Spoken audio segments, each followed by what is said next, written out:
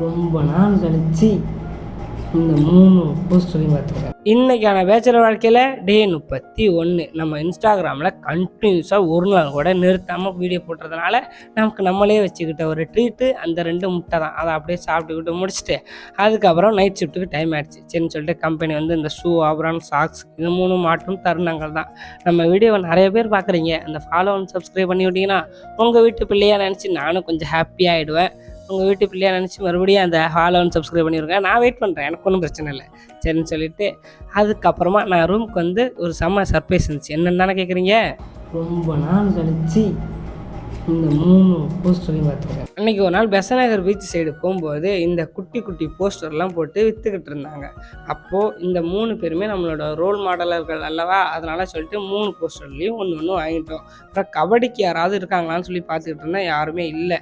கபடிக்கு நிறைய பேர் தமிழ்நாட்டிலேருந்து போய் விளாண்டுருக்காங்க. அவங்களோட போஸ்ட்லாம் வச்சுக்கிட்டிங்கன்னா நாங்கள் அடுத்த ஜென்ரேஷனுக்கு காட்டி வளர்க்குறதுக்கு நல்லாயிருக்கும். சரி, அடுத்த வீடியோவில் சந்திப்போம். இணைப்பில் இருக்கவும்.